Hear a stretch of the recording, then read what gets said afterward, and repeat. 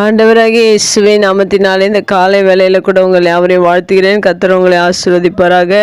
இந்த நாளிலே கூட லூக்கா 2 அதிகாரம் 10 கூட வாசித்து தியானிக்கலாம்.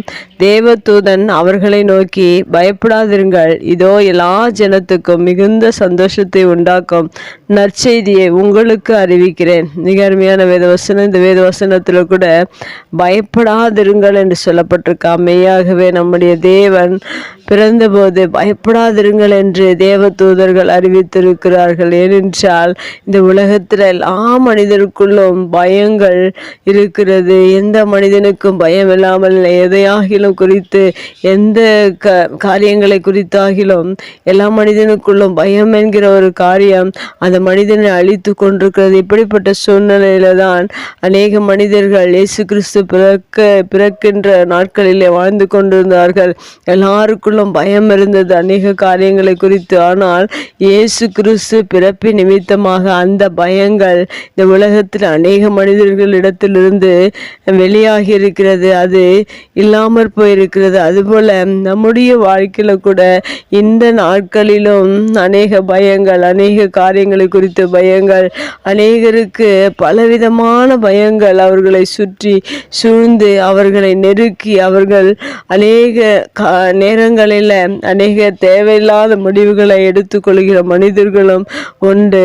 தன்னை மாய்த்து கொள்கிற மனிதர்களும் உண்டு. ஏனென்றால் அந்த பயத்தினால அப்படிப்பட்ட காரியங்கள், மரணம் நேரிடுகிற சூழ்நிலை கூட இருக்கிறது.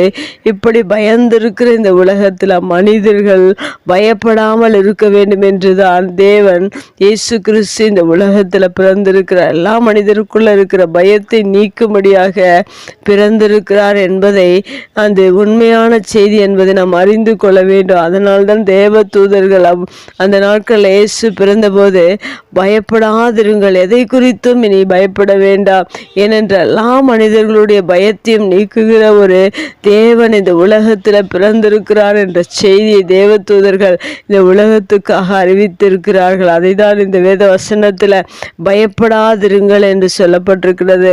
அடுத்ததாக தேவதூதன் என்ன சொல்லுகிறார் என்றால், இதோ எல்லா ஜனத்துக்கும் மிகுந்த சந்தோஷத்தை உண்டாக்கும் நற்செய்தி. நற்செய்தி என்பது இயேசு பிறந்ததே இந்த உலகத்தில் ஒரு நற்செய்தியாக இருக்கிறது. எல்லா ஜனத்துக்கும் சந்தோஷத்தை, மிகுந்த சந்தோஷத்தை.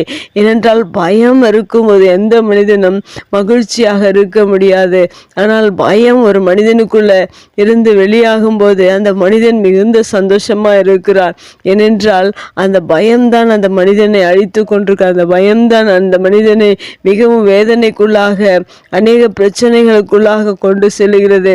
ஆனால் ஒரு மனிதனுக்குள் இருந்த பயம் வெளியாகும் போது அந்த மனிதனுக்கு மிகுந்த சந்தோஷம். அதை தான் இயேசு கிறிஸ்து பிறப்பின் மூலமாக நாம் பெற்றுக்கொள்கிறோம்.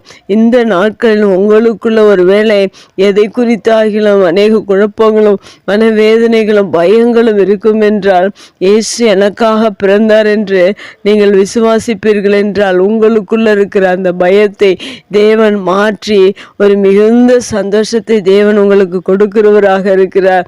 எந்த பயங்களாக இருந்தாலும் இயேசு கிறிஸ்து எனக்காக பிறந்தார் என்று இந்த வசனத்தை நீங்கள் விசுவாசியுங்கள். ஏனென்றால் தேவ தூதர்கள் என்று சொல்லியிருக்கிறார்கள், பயப்படாதிருங்கள், இதோ எல்லா ஜனத்துக்கும் மிகுந்த சந்தோஷத்தை உண்டாக்கும் நற்செய்தி என்பது தேவன் பிறந்திருக்கிறதை தான் அறிவிக்கப்பட்டிருக்கிறது. இன்றும் தேவன் உயிரோடு கூட வாழ்ந்து கொண்டிருக்கிறார்.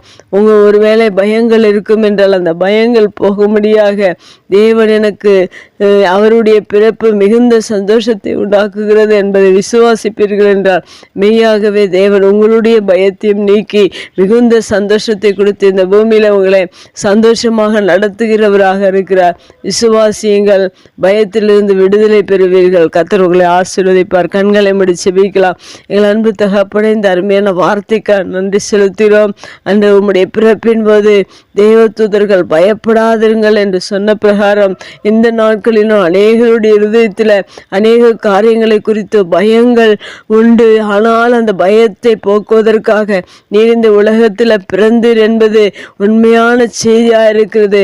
அந்த உம்முடைய பிறப்பு நிமித்தம் மிகுந்த சந்தோஷத்தையும் ஒவ்வொரு மனிதனுக்குள்ள நீர் கொடுக்கிறபடினால் நன்றி செலுத்துகிறோம். தொடர்ந்து ஒவ்வொருவரையும் உம்முடைய சந்தோஷத்தினால் நிரப்புங்க, ஆசீர்வதிங்க. இயேசுவின் நாமத்தில் ஜெபம் கேளும் நல்ல பிதாவே, ஆமென்.